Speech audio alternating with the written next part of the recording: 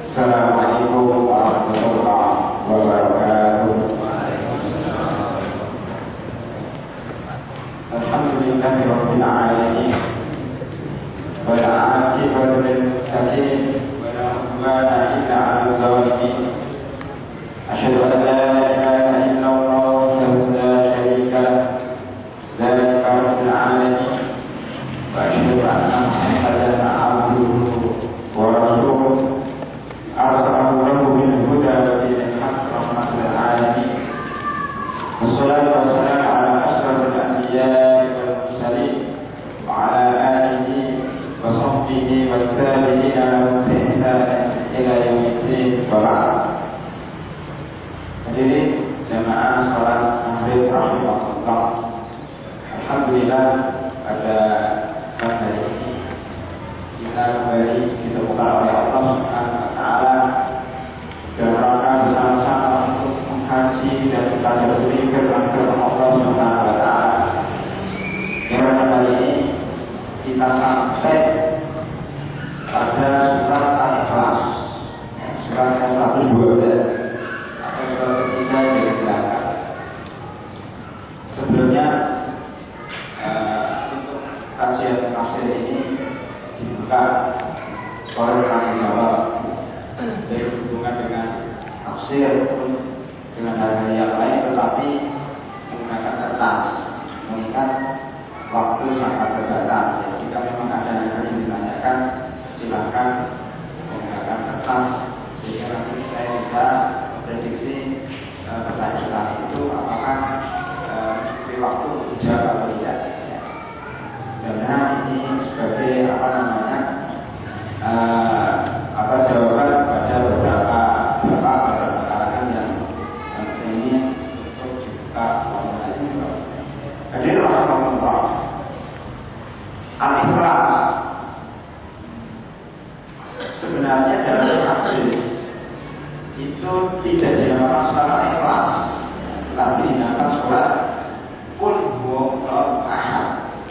Dan beberapa hadis disebutkan surat Qul huwallahu ahad. Ada pun surat Al-Ikhlas ada penamaan para ulama. Bahkan Al-Ikhlas ini mempunyai lebih dari 20 nama. Ada 21 nama lain daripada surat Qul huwallahu ahad. Salah satunya adalah surat Al-Ikhlas. Kenapa disebut Al-Ikhlas? Karena memang surat ini mengajarkan kita agar mengikhlaskan diri beribadah untuk Allah Subhanahu wa taala. Ada yang mengatakan surat ini disebut dengan surat At-Tauhid karena di dalamnya mengandung ajaran tauhid. Ada yang mengatakan surat ini namanya surat Al-Asas, dasar dari seluruh kehidupan kita di dunia ini adalah beribadah kepada Allah Subhanahu wa taala, dan itu ada dalam surat Al-Ikhlas. Tentunya di sana banyak nama-nama lain yang dimiliki sampai 21 nama itu disebutkan oleh para ulama dalam buku tafsirnya. Hadirin rahimahullah, Al-Ikhlas ini ada sebab turunnya. Sebab turunnya Al-Ikhlas ini adalah bahwa orang-orang musyrik bertanya kepada Rasulullah SAW, "Ya Rasulullah, sif lana rabbak." Maaf, bukan ya Rasulullah, ya Muhammad.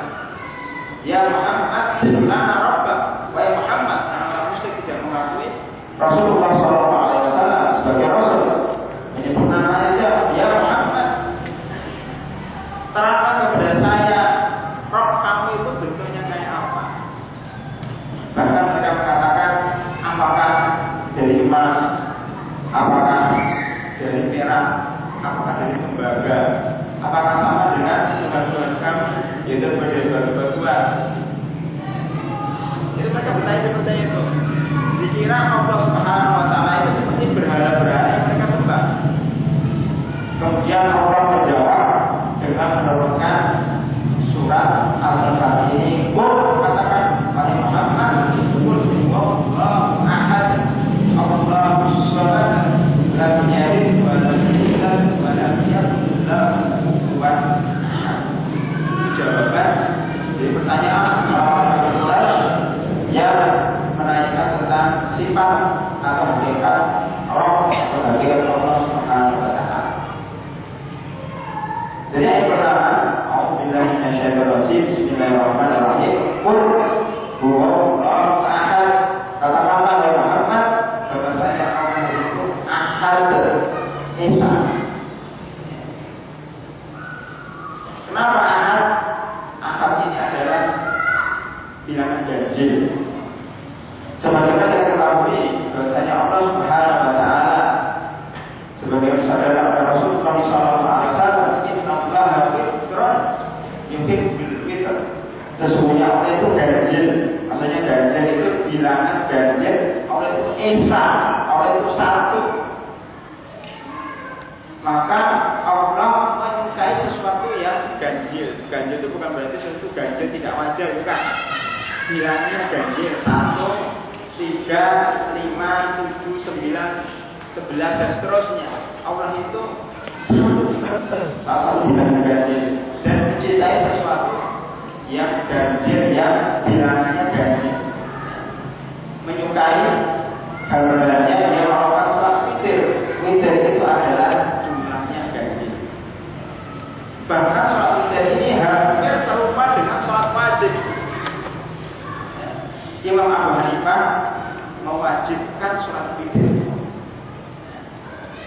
Imam Abu Hanifah mewajibkan sholat witir. Ada 70 ulama mengatakan sholat witir itu sunnah muakkadah, tidak pernah jarang sekali ditinggalkan oleh Rasulullah SAW. Baik ketika beliau mungkin di rumahnya maupun beliau dalam keadaan safar, itu tidak pernah meninggalkan sholat witir. Ada kesempatan beliau langsung sholat witir. Sholat witir adalah sholat ganjil yang bilangannya ganjil yang dilakukan pada malam hari, ya, setelah sholat isya hingga subuh. Sholat witir biasanya dijadikan penutup daripada sholat malam.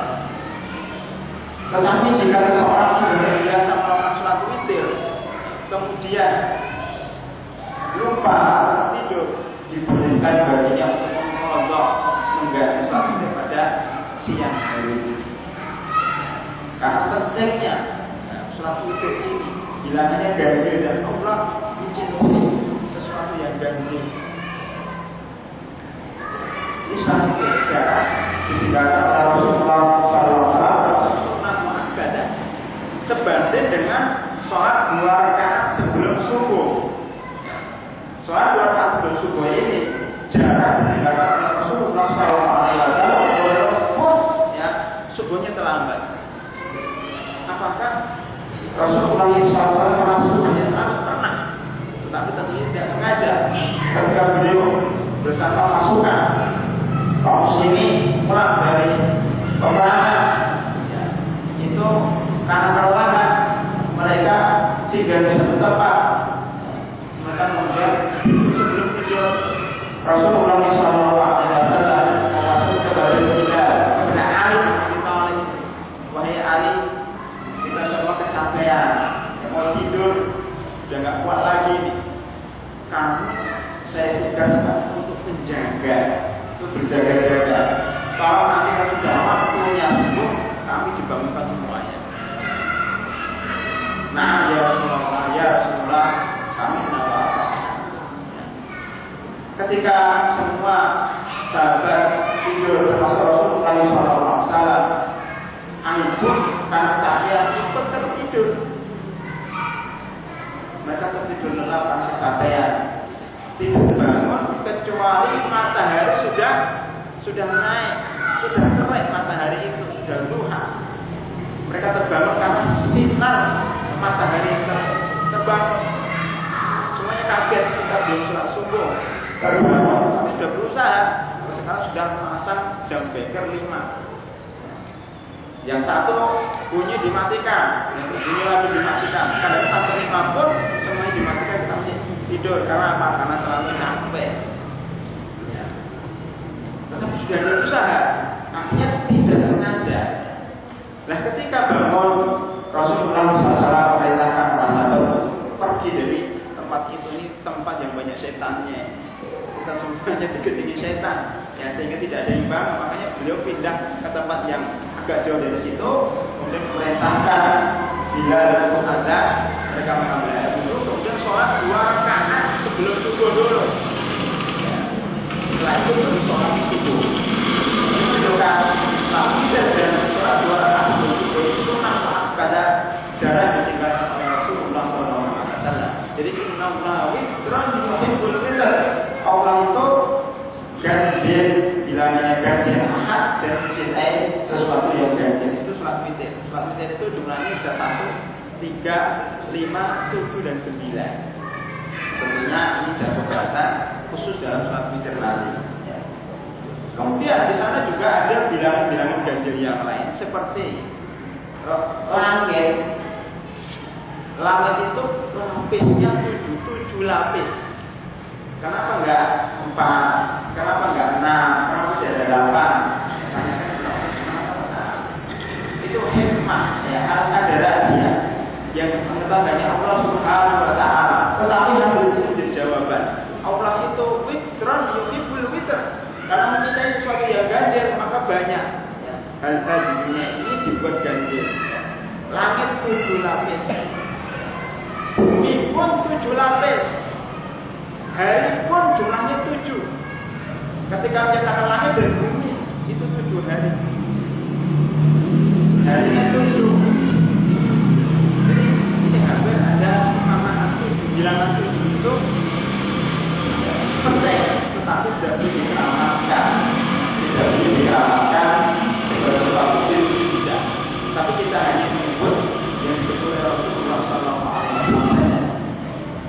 Contoh yang lain, kita diperintahkan atau dianjurkan untuk makan kurma ajwa. Kurma ajwa itu terkait dengan kurma Nabi Muhammad SAW. Ini adanya di Medina, namanya kurma Medina. Yang sudah haji barangkali pernah merasakan kurma itu, tapi harganya sangat mahal. 1 biji itu 1 real, kira-kira 2.500. 1 biji. Jadi kalau 10 biji ya sekitar 20.000, 50.000, 20 biji saja kurma. Karena khasiatnya sangat besar sekali. Kurma ini tidak lengket di mulut.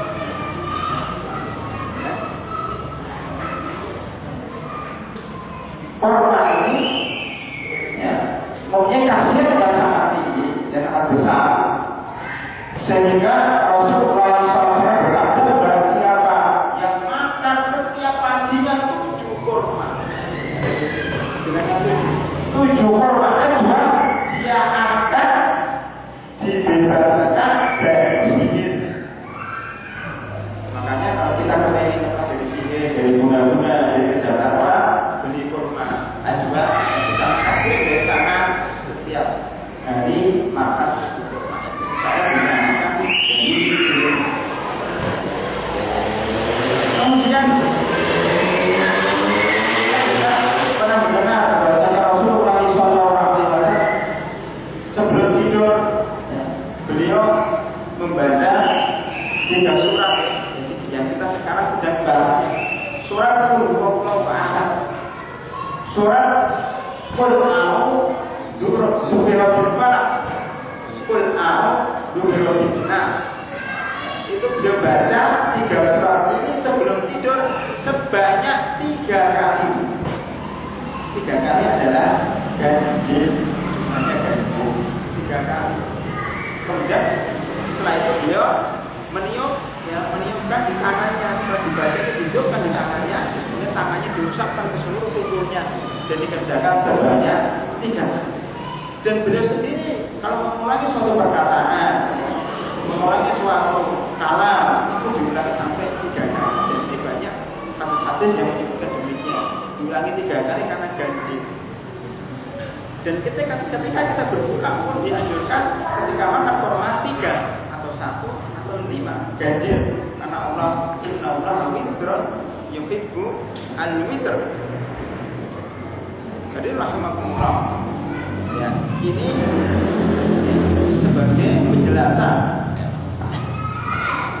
sebagai penjelasan bahwa inna Allah witrun yuhibbul witr, sesungguhnya Allah itu ganjil dan mencintai sesuatu yang ganjil, artinya bilangannya ganjil.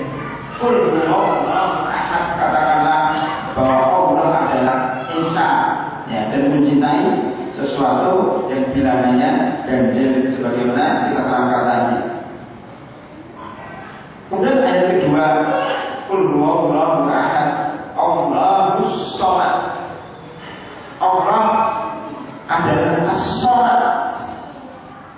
Salat ini adalah termasuk sifat Allah atau nama Allah yang jarang diketahui oleh masyarakat umum. Salat ini adalah yang terdapat dalam Al-Quran hanya dalam surat Al-Ikhlas ini saja, tidak terdapat pada surat-surat yang lain. Apa arti salat? Salat mempunyai banyak arti. Para ulama menyebut dengan berbagai tafsir, tapi yang paling menonjol, salat adalah alladzi yusmadu ilaihi fil hajah, alladzi yusmadu ilaihi fil hajah, yang dituju oleh manusia, zat yang dituju oleh manusia ketika manusia itu membutuhkan pertolongan, sebagaimana yang kita alami. Ketika kita membutuhkan sesuatu, meminta pertolongan kepada manusia, mereka tidak bisa mengabulkan permohonan kita, maka kita menengadah kepada Allah Subhanahu wa taala memohon sesuatu. Itulah salat, Allah salat. Satu-satunya zat yang mengabulkan segala permohonan hambanya, tidak ada zat yang lain kecuali Allah Subhanahu wa taala. Dialah satu-satunya yang mampu mengabulkan seluruh permohonan manusia ini. Itulah salat. Salat itu juga berarti berdiri sendiri, tidak membutuhkan hambanya. As-salat al-mustahmin an kulli ahadin, tidak membutuhkan seorang pun untuk membantunya, berdiri sendiri. Tetapi al-muhtaj ilaihi kullu ahad, tetapi seluruh orang membutuhkan dia. Dia tidak membutuhkan seorang pun, tetapi seluruh dunia ini membutuhkan dia. Itulah salat. Ya, hakikat al-ghani wal hamid, hakikat zat yang maha kaya yang tidak membutuhkan orang. Berbeda dengan manusia yang kaya sekarang. Justru orang yang kaya di dunia ini adalah orang yang paling membutuhkan bantuan orang lain. Jadi ketika naik mobil perlu sopir, ketika membersihkan rumah perlu pembantu, ketika mendidik anaknya perlu guru privat. Dia orang yang paling membutuhkan orang lain. Karena itu ketika para pembantunya mogok kerja, dia bingung. Bukan orang kaya, orang yang membutuhkan fakir. Di negara Kuwait itu, ya, penduduknya sedikit tapi rata-rata kaya. 2/3-nya itu penduduk asing. 2/3-nya penduduk asing. Dari Pakistan, dari Bangladesh, dari India, dari Indonesia, dari negara-negara Islam, ya, yang dunia ketiga, ya, dari negara Islam tapi yang miskin-miskin. Di situ memenuhi Kuwait, 2/3 penduduknya itu berasal dari orang-orang asing sebagai pembantu untuk mendukung kebutuhan mereka. Bahkan seluruh operator yang ada di bandara, bukan hanya Kuwait, negara-negara yang lain juga begitu, Qatar, ya, Uni Emirat Arab dan seterusnya. Itu banyak kalau kita lihat ke bandara, rata-rata yang bekerja bukan orang asli situ, tapi orang-orang India, orang-orang Bangladesh, orang-orang luar. Maka ketika, ya, 2/3 ini mudik umpamanya, jika ada mudik, tapi yang ada mudik ambil ke Indonesia saja. Ya, mungkin di Pakistan, di Bangladesh itu nggak ada mudik. Kalau mudik semuanya itu kacau. negaranya jadi mati kutu ini. Tapi alhamdulillah tidak ada mudik, maka ada kontrak kerja 2 tahun 3 tahun tidak boleh pulang. Karena kalau pulang tidak ada penggantinya, mereka kadang tidak bisa apa-apa. Ini menunjukkan bahwa manusia itu tidak kaya. Yang kaya hanya Allah Subhanahu wa Ta'ala. Tidak membutuhkan bantuan manusia. Karena kaya itu tidak membutuhkan. Kalau kita membutuhkan mereka kaya. Karena itu dianjurkan kita menyebut diri kita al-fakir ilallah. Fakir, orang yang butuh kepada pertolongan Allah Subhanahu wa Ta'ala. Antumul fuqara ilallah, kata Allah di dalam Quran. Kamu semua adalah membutuhkan kepada Allah Subhanahu wa Ta'ala, dan Allah tidak membutuhkan kalian. Itulah as-shalat.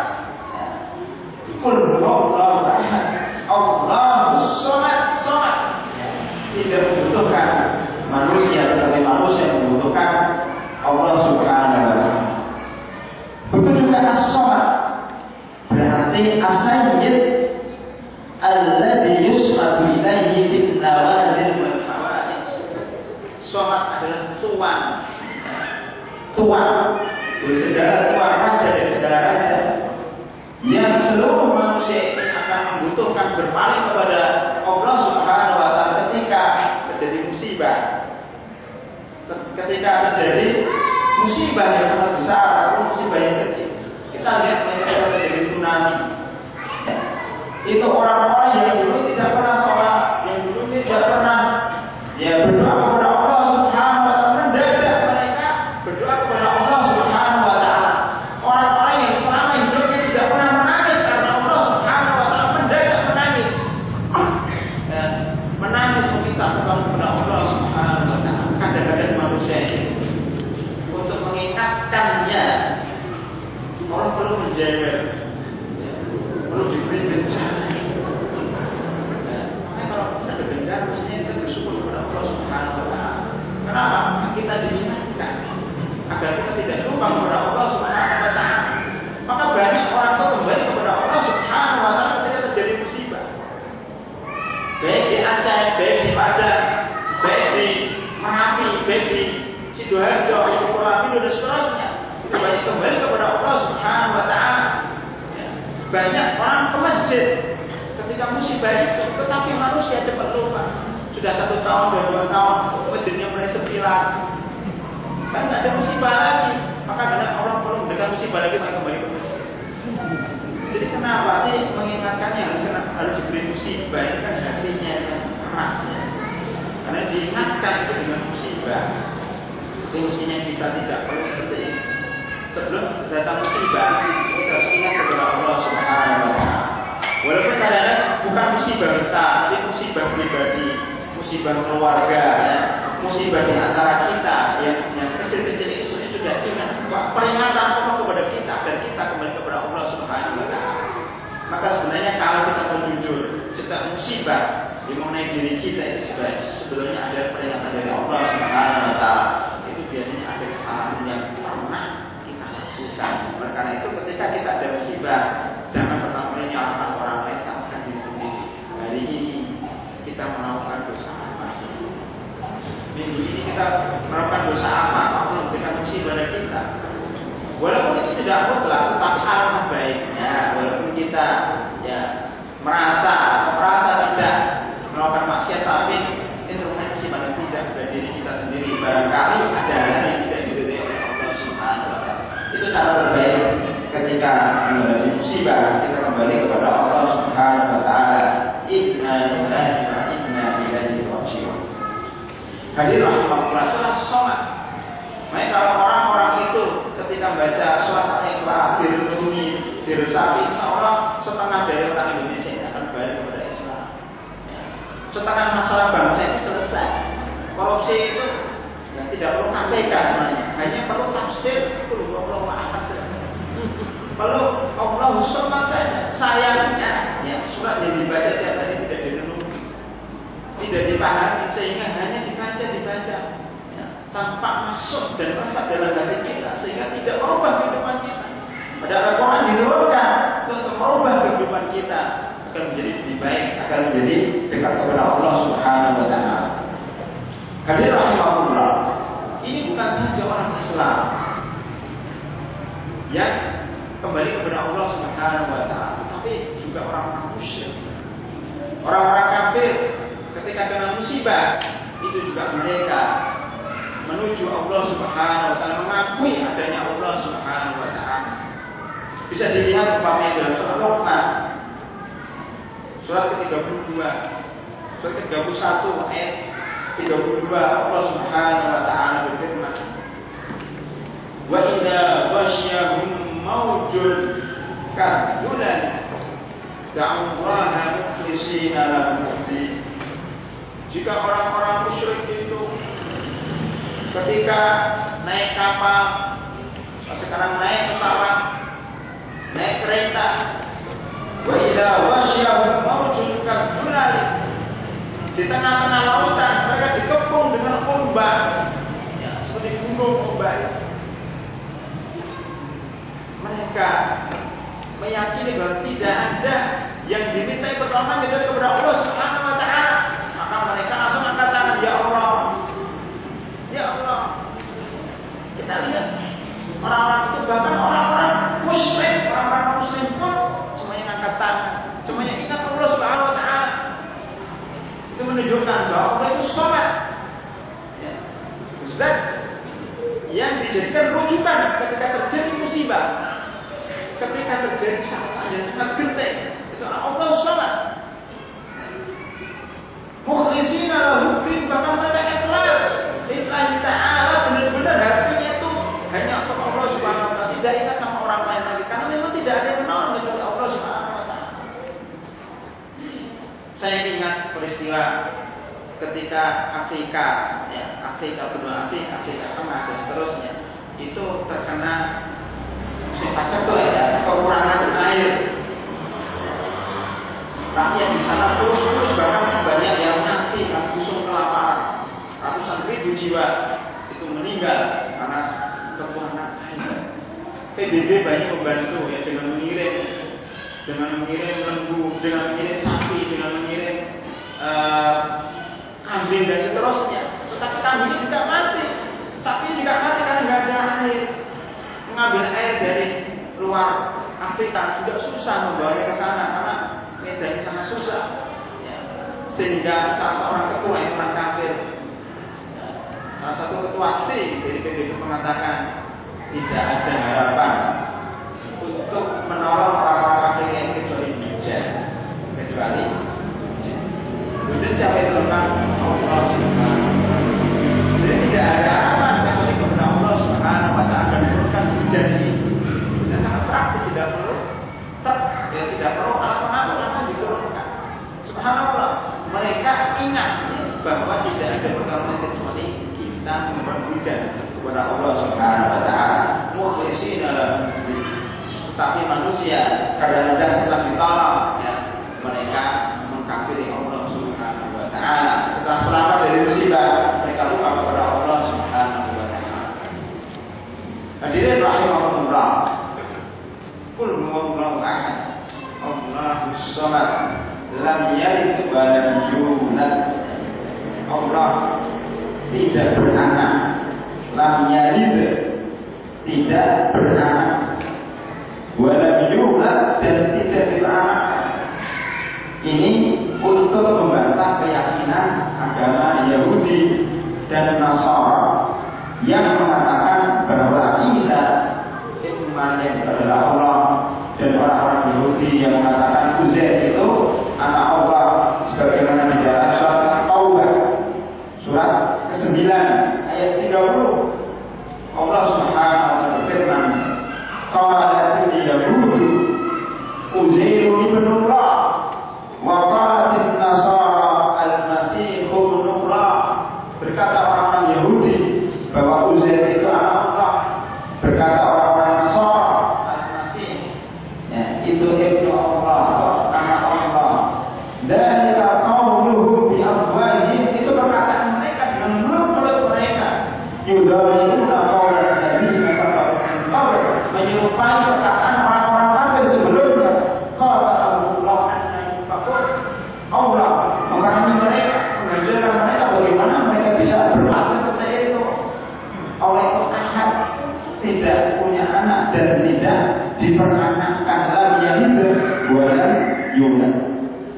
Walam yakun lahu kufuwan ahad, dan Allah tidak ada yang sebanding dengannya. Jadi ini kira-kira penjelasan singkat tentang surat Al-Ikhlas. Ada pun keutamaan surat Al-Ikhlas sangat banyak sekali. Di antaranya adalah sebagaimana yang disebutkan oleh Abu Sa'id Al-Khudri, bahwasanya ada seorang laki-laki pada zaman Rasulullah SAW itu kalau baca Qul huwallahu ahad itu dibaca berulang-ulang terus sampai pagi. Kalau baca Al-Quran itu aja terus sampai orang yang di samping itu bosan. Aku ngapain sih, memang nggak hafal surat yang lain. Itu dibaca terus sampai pagi. Kok ganti surat Al-Lahab, surat Al-Insyiqaq, surat An-Naba, surat Al-Baqarah, ganti yang ada variasi itu aja. Tapi orang itu tetap tidak mau membaca surat Al-Baqarah sampai pagi tiap hari. Akhirnya orang ini karena jengkel dan penasaran, akhirnya datang kepada Rasulullah SAW mengadu kepada beliau, ya Rasulullah, itu loh ada sahabat yang sukanya hobinya baca Al-Baqarah terus. Apa jawaban Rasulullah? Bukannya dia marah sama sahabat itu, maka beliau membela sahabat itu dan mengatakan, walladzi nafsi biyadihi, demi yang jiwa saya ada di tangannya, demi Allah, sesungguhnya innaha lata'dilu sulusal Quran, sesungguhnya surat Al-Ikhlas itu sama sebanding dengan sepertiga Al-Quran. Biarkan dia membaca seperti itu, karena dia berarti telah membaca sepertiga Al-Quran dalam satu malam. Bahkan dalam 5 menit sudah bisa sepertiga Al-Quran. Subhanallah. Ya. Kenapa sepertiga Al-Quran? Karena Al-Quran itu berisi 3 hal. Yang pertama berisi tauhid. Yang kedua berisi tentang hukum-hukum halal dan haram. Tauhid ini banyak diturunkan di Mekah selama 13 tahun. Maka juz amma itu banyak isinya tentang tauhid, pembinaan tauhid selama 13 tahun. Ya memang pas kalau kita sekarang membahas tauhid dulu, membahas juz amma dulu, karena isinya tentang tauhid, bagaimana kepada Allah, bagaimana kepada Rasulnya, bagaimana kepada hari akhir. Termasuk kita hari ini, malam ini bicara masalah surat Al-Ikhlas, memperbarui tauhid kita kepada Allah Subhanahu wa taala. Ada hukum itu nanti kalau jadi berzina ya sebanyak 10 tahun, selama 10 tahun. Tentunya syariat Islam sudah turun secara sempurna. Jadi kita boleh menafsirkan atau menafsir dari surat Al-Baqarah juga boleh, dari surat An-Nisa juga boleh, ya bebas karena Islam sudah sempurna. Belum dimulai dari juz amma, belum dimulai dari surat Al-Baqarah, dimulai dari masalah hukum juga boleh. Saya ada beberapa kajian tafsir juga di tempat lain, tetapi bukan dari surat juz amma, bukan dari surat An-Nas, tapi memilih ayat-ayat hukum, namanya tafsir ayatul ahkam, tafsir ayatul ahkam, tafsir ayat-ayat hukum saja. Jadi ini banyak para ulama yang mengarang buku-buku atau tafsir ayat hukum. Di dalam termasuk Imam Syafi'i rahimahullah punya ayatul ahkam, ahkamul Quran, disebut ahkamul Quran, hukum dalam Al-Quran. Imam Ibnu Al-Arabi, ya, Al-Maliki itu juga mengarang ahkamul Quran. Imam Qurtubi yang tafsirnya sampai puluhan jilid, 30 juz kira-kira, ya, panjang. Itu isinya juga penekanannya pada ayat-ayat hukum. Ya. Tentunya ini maksudnya untuk ulama-ulama yang memang membahas masalah hukum fikih dan haram. Tetapi apa yang ditekankan di Mekah pada waktu itu, karena pemula Islam pemula pada waktu itu ditekankan masalah tauhid. Karena itu dalam juz nama ini rata-rata tauhid. Yang kedua tadi masalah hukum. Yang ketiga berisi tentang akhlak, ya, tentang kisah-kisah ulama, para umat, para nabi dan umat sebelum umat Islam. Kita bisa ambil pelajaran dari umat-umat sebelum umat Islam, ambil pelajaran dari para nabi, akidah, tauhid, hukum, dan akhlak, atau pelajaran-pelajaran umum yang lainnya yang kita bisa ambil dari cerita-cerita umat-umat sebelum umat Islam dan cerita-cerita tentang para nabi. Jadi kalau isinya 3, Qul huwallahu ahad, surat Ikhlas ini isinya tauhid semuanya dari ayat pertama hingga ayat terakhir. Berarti sepertiga Al-Quran sebagaimana sabda Rasulullah SAW, "Walladzi nafsi biyadihi." Dan demi Allah yang jiwa saya ada di tangannya, sesungguhnya surat Al-Ikhlas ini sama dengan sepertiga Al-Quran. Ini yang para ulama, sebagian ulama mengatakan kenapa sepertiga Al-Quran? Karena dalam surat Al-Ikhlas ini ada sifat as-shamat, nama Allah as-shamat. Tidak ada nama ini di ayat-ayat lain. Tapi sepertiga Al-Quran ada as-shamat. Maka bolehlah sekali-kali kita menamakan kita Abdus Shamat, hambanya shamat, biar kita ingat tafsir surat Al-Ikhlas ini. Abdus Shamat, hamba as-shamat, orang yang shamat. Kisah kedua atau keterangan kedua daripada surat Al-Ikhlas adalah bahwasanya Rasulullah SAW bersabda kepada sahabatnya, "Wahai sahabatku, apakah kalian mampu membaca Al-Quran seperti Al-Quran dalam satu malam?"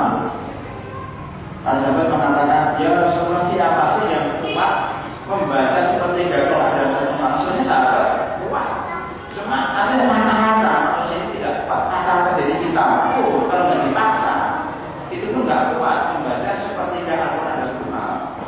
Dan kalau dipaksa, insya Allah kuat. Di pesantren-pesantren tahfidzul Quran, ya, itu bisa ya seorang mahasiswa itu yang sudah hafal Al-Quran, itu dari pagi baru subuh menghafal Al-Quran, murojaah, mengulang hafalan itu diuji.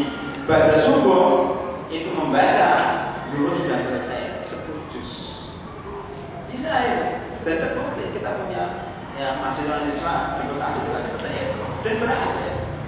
Bahkan ada pesantren tahfidzul Quran itu yang menguji mahasiswa-mahasiswinya itu 30 juz itu sehari. Baru subuh dimulai, maghrib sudah selesai. Ada yang asar sudah selesai. Itu bisa. Itu kalau dipaksa. Kalau potensi kita benar-benar dikembangkan. Masalahnya adalah kita ini banyak potensi, ya, dalam tubuh kita, dalam diri kita, tetapi kita tidak menggunakan kekuatan itu sehingga terasa berat. Padahal sungguh-sungguh itu nggak berat sebenarnya.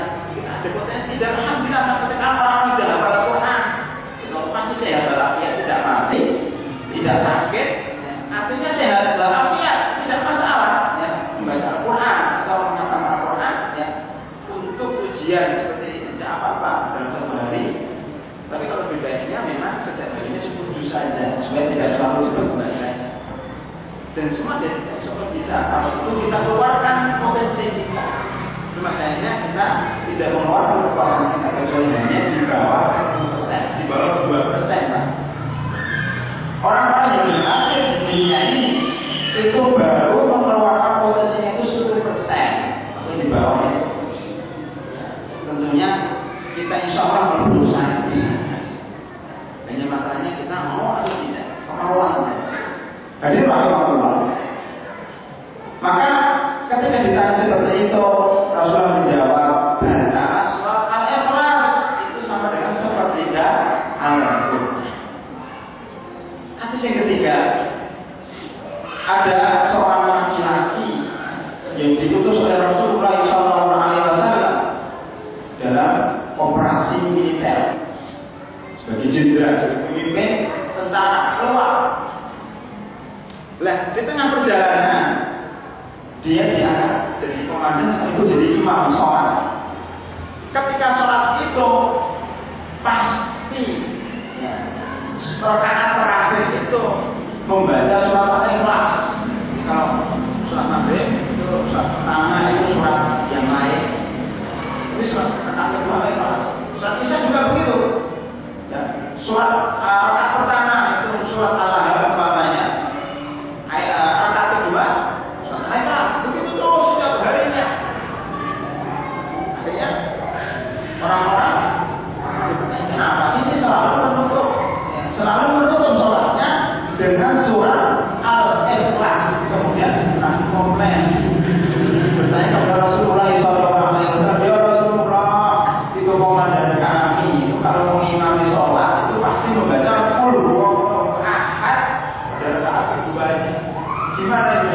Boleh kan? Rasulullah bertanya, tanyakan kepada dia apa yang menyebabkan dia melakukan seperti itu. Ya. Maka sahabat tadi menjawab, karena dia mencintai suatu yang pasti. Cinta. Kalau cinta itu nggak bisa disini. Kalau cinta itu nggak bosan. Kalau kita bosan sama istri kita, berarti kita nggak cinta. Bosan sama anak kita, berarti kita nggak cinta. Kalau kita cinta itu nggak bosan. Ya, kalau kita bosan baca Quran, berarti kita nggak cinta. Cinta itu tidak bosan. Buktinya ini, berbaca terus. Setiap soal baca itu karena cintanya menyebabkan dia membaca terus. Jadi cinta ini perlu. Bahkan keimanan itu dengan cinta. Abu Bakar Siddiq, ya, amalnya kalau dibandingkan dengan sahabat-sahabat lain, mungkin masih banyak sahabat lain. Tetapi kenapa dia dapat predikat iman yang paling tinggi di antara sahabat-sahabat yang lain? Bahkan kalau keimanannya ditimbang dengan seluruh keimanan umat Islam seluruhnya sampai hari kiamat, itu masih top imannya Abu Bakar Siddiq. Kenapa? Karena cintanya kepada Rasulullah SAW. Cinta yang dibuktikan dalam perbuatan. Buktinya apa? Banyak sekali. Ya. Salah satunya kita masih ingat peristiwa hijrah. Bagaimana ketika di Gua Hira, 2 tahun, ya, ketika lari dari jalan orang-orang Muslim.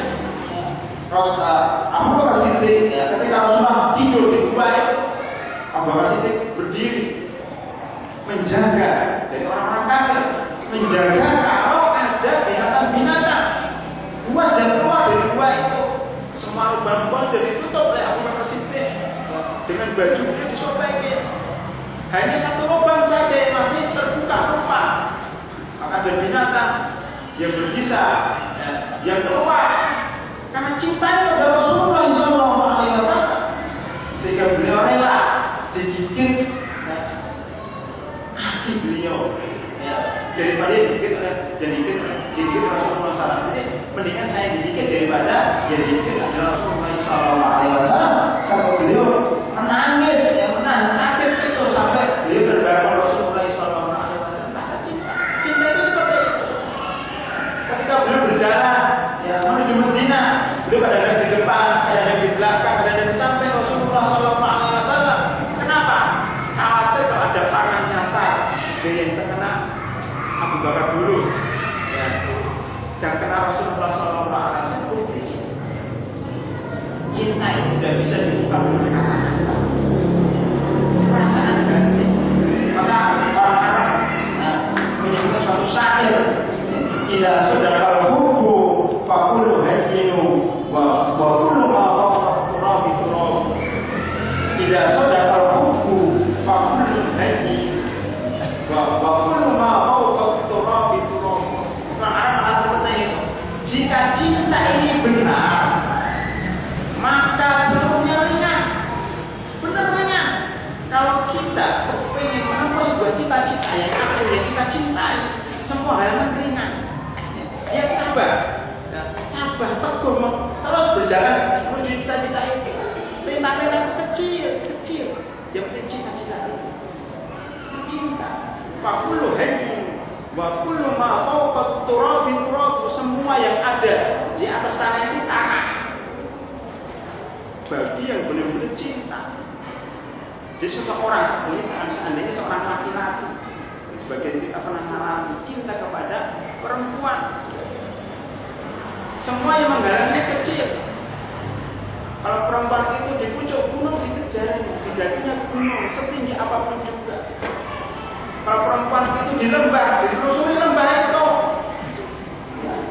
Kalau perempuan itu di balik lautan yang luas, di seberangnya lautan itu tidak pernah kena lelah karena cinta. Tidak bisa menghentikan, tidak bapaknya, tidak ibunya, tidak ketua RT-nya, tidak sama, tidak tentara, tidak TNI, tidak ABRI, tidak negara, tidak bisa menghentikan cintanya kepada orang itu. Namanya cinta. Makanya orang bercinta itu sudah susah untuk dipisahkan. Nah ini cintanya bukan kepada perempuan, ini cintanya kepada Allah Ahad, Allah Samad. Walaupun dia dimaki-maki, dimana temannya tetap aja dia membaca cinta. Cinta itulah ya, yang menyebabkan dia dicintai oleh Allah Subhanahu wa taala. Karena Rasulullah mengatakan, oh karena cinta kepada seorang ikhlas, maka Allah beritahu kepada dia, Allah mencintai dia karena dia mencintai surat Al-Ikhlas. Subhanallah. Ya. Kalau kita cinta sama satu surat saja, Allah mencintai kita. Bagaimana kalau kita cinta terhadap Al-Quran? Subhanallah. Tidak akan pernah lelah membaca Al-Quran. Kita orang cinta. Kota yang keempat adalah seorang laki-laki Ansar yang menjadi imam masjid Kuba. Masjid Kuba ini masjid yang pertama kali didirikan oleh Rasulullah SAW ketika ke Madinah. Ini daerah selatan. Maksud daerah selatan itu Kuba. Masjid Madinah ada di tengah-tengah. Ya, kalau Universitas Islam Madinah itu ada di sebelah barat. Ya, Kuba di sebelah utara. Ini masjid Kuba. Beliau menjadi imam di masjid Kuba itu. Ya. Nah, ketika jadi imam itu selalu membaca surat Al-Ikhlas dalam sholatnya. Ya. Artinya begini, rakaat pertama membaca surat Al-Qadr namanya. Tetapi setelah membaca surat Al-Qadr membaca surat Al-Ikhlas. Jadi baca itu double-double terus. Rakaat kedua membaca surat Al-Baqarah namanya. Tetapi setelah membaca surat Al-Baqarah membaca surat Al-Ikhlas. Jadi surat Al-Ikhlas itu dibaca double begitu. Setelah surat yang lain itu masih begitu setiap sholat. Jamaahnya, makmumnya komplain. Ini imam, ya orang kerja. Masa setiap sholat ditutup atau ditutup setiap rakaat itu dengan suara yang keras. Emangnya apa sih? Kemudian bermusyawarah dia dengan pengurus masjid di KM. Gimana nih imam kita ini? Kita ganti saja lah. Karena suka ini bisa terus ya, buka saja yang lain. Musyawarah, nah, sudah musyawarah. Akhirnya mereka sepakat supaya orang ini ya, dinasihatkan supaya imam ini supaya bacanya dalam surat Al-Ikhlas terus. Tapi orang ini ya, karena cinta tadi. Enggak, saya akan terus baca surat Al-Ikhlas dalam setiap rakaat. Ada dua pilihan. Biarkan saya menjadi imam, ya, membaca ini terus, atau kalau kalian tidak mau, ganti saya dengan imam yang lain. Nah, akhirnya mereka bingung karena ternyata memang nggak ada imam yang lebih fasih, lebih merdu suaranya kecuali dia. Akhirnya mereka udah apa akan jadi imam terpaksa. Mereka nggak suka, tapi nggak ada yang lain. Nah, mereka akhirnya datang kepada Rasulullah SAW. Ya, merayakan masalah itu di mana ini? Ya Rasulullah, di tempat saya itu imamnya sedang membaca surat Al-Ikhlas terus. Ya, kemudian dipanggil oleh Rasulullah SAW. Wahai fulan, kenapa Anda membaca surat Al-Ikhlas terus dalam setiap sholat? Dia menjawab, karena saya mencintai surat Al-Ikhlas itu ya Rasulullah. Saya tidak bisa meninggalkan.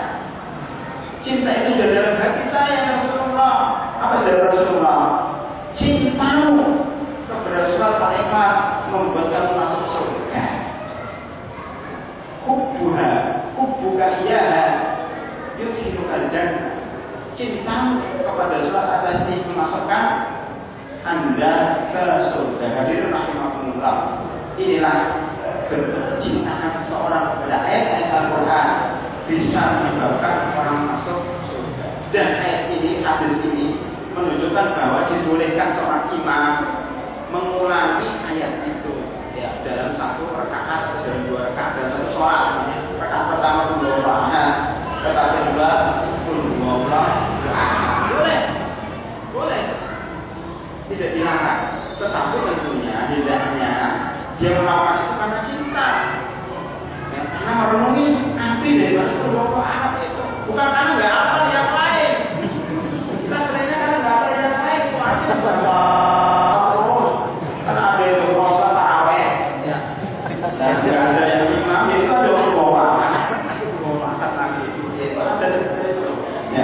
Bukan karena cinta, karena nggak apa yang lain. Ini beda. Yang masuk surga itu karena cinta kepada surat ini. Jadi rahmatullah, ya, saya tutup kajian ini. Sebelumnya ada pertanyaan atau tidak? Silakan kalau ada, relasinya di bawah depan. Kalau nggak ada, saya tutup dengan doa yang diajarkan Rasulullah Sallallahu Alaihi Wasallam ya, kepada kita semuanya tentang cinta ini. Kita diajarkan berdoa, Allahumma rizqna hubbaka wa hubba man yuhibbuka wa hubba amalin yuqarribuna ila hubbik. Itu doa yang diajarkan para ulama. Allahumma rizqna hubbaka wa hubba man yuhibbuka wa hubba amalin yuqarribuna ila hubbik. Yang artinya, ya Allah, berilah kepada kami cinta kepada-Mu. Beri kami rezeki agar saya mencintai diri-Mu dan mencintai orang-orang yang mencintai diri-Mu. Jadi dia mencintai orang itu bukan karena yang lain, karena orang itu cinta kepada Allah. Maka dia mencintai orang itu. Ini namanya al-wala wal bara. Al-hubbu lillah wal bughdu lillah. Ini asas tauhid. Ya, al-wala wal bara itu cinta karena Allah, benci karena Allah. Dia benci kepada orang itu karena Allah benci sama orang itu. Dia cinta sama orang itu karena Allah cinta sama orang itu. Dia mencintai seseorang itu bukan berdasarkan masalah dunia, tapi karena dia cinta kepada Allah, maka kita mencintai. Allahumma rizqna hubbaka wa hubba man yuhibbuka wa hubba amalin yuqarribuna ila hubbik, dan berilah kami kecintaan kepada amal perbuatan yang mendekatkan diri kepada cinta kepada-Mu ya Allah. Dan doa ini bisa diulang-ulang dan kita cinta kepada Allah, cinta kepada Al-Quran, cinta kepada orang-orang yang mencintai Allah, dan cinta kepada amal yang mendekatkan diri kepada Allah Subhanahu wa Ta'ala. Allahumma rizqna hubba wa hubba man yuhibbuk wa hubba amalin yuqarribuna ila hubbik. Hadirin rahimahullah, barangkali ini yang bisa saya sampaikan. Mudah-mudahan yang sedikit ini bermanfaat, dan mudah-mudahan Allah Subhanahu wa Ta'ala berikan taufik kepada kita agar kita bisa selalu menjadi